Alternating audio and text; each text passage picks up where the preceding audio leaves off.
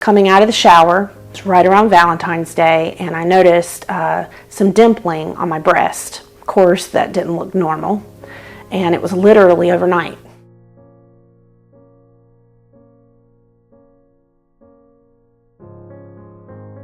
Well, originally, I was diagnosed with thyroid cancer in 2017. Here at DDCI, that was my first introduction to them. They had to do a treatment here, and that was with Dr. Spencer. Wonderful staff, extremely friendly, just always positive. Wonderful experience all around. And after my treatment with that, somewhat complete, I was going to have follow-up. I really thought that was the last time I was going to have any interaction with DDCI.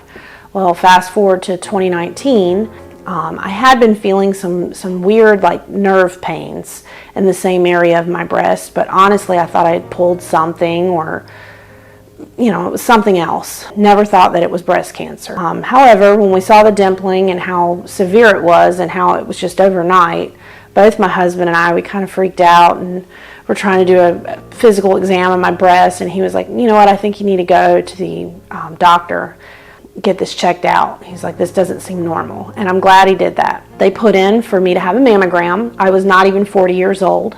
I was 39. My first and only mammogram that I had had at that point saw a lump.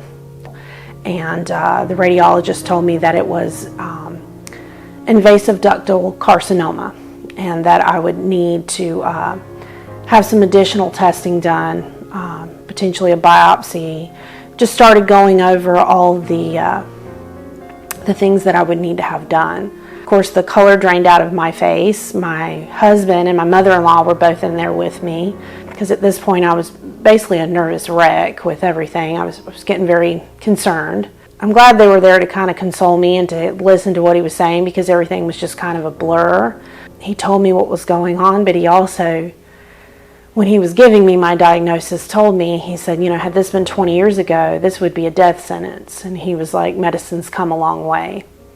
With the whole interaction, I was like, you know what, I'm good. I think I'm going to go back to DDCI, because that's where I'd had my thyroid treatments done. And the experience was just night and day. I came over here to DDCI and went and saw Dr. Spencer, because that's who had seen me for my thyroid. And he's going over some of scans they had done, and he was telling me that they were going to do some more follow-up work. Diana, that was the nurse there, I had told them both that I had a headache, and Dr. Spencer said it himself. He said, Diana's kind of a pain sometimes, and he was like, her friend actually had breast cancer and it had spread to her brain. And that was why Diana pushed for me to get the PET scan instead of just a CT. They did the PET scan, and lo and behold, I had something in my liver.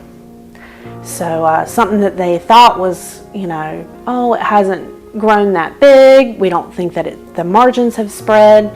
Yeah, I have metastatic breast cancer. All of the nurses, every single one of them, they are what kept me going.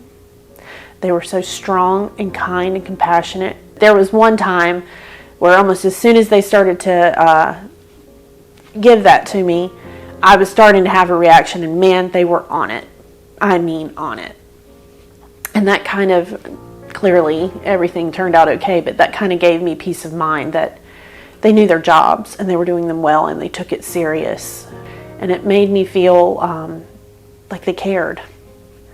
And here it is, 2025, and I'm still in, I guess, what you would consider remission. I've had no reoccurrence since I stopped my chemotherapy and my radiation. I had a bilateral mastectomy as well. Going through this, it really, when they say you're a warrior, I felt like a warrior, and I've been to war. Like, you're really in the trenches and you're really having to dig deep, both emotionally and physically. You're having to really push yourself. I picked up riding motorcycles. I know for some people they'd say that's absolutely insane. Why are you trying to do something risky or dangerous or whatever? First of all, I'm not popping wheelies on my motorcycle or trying to break any sound barriers or anything like that. It's literally a hobby, but it's an enjoyable hobby. It's one of the few times I feel like I can turn everything off and I'm in what's called my nothing box. Like everything else doesn't exist except for me and this motorcycle, and I have to focus on safety and paying attention and riding. I can't focus on this exterior stuff though, and it's been so therapeutic.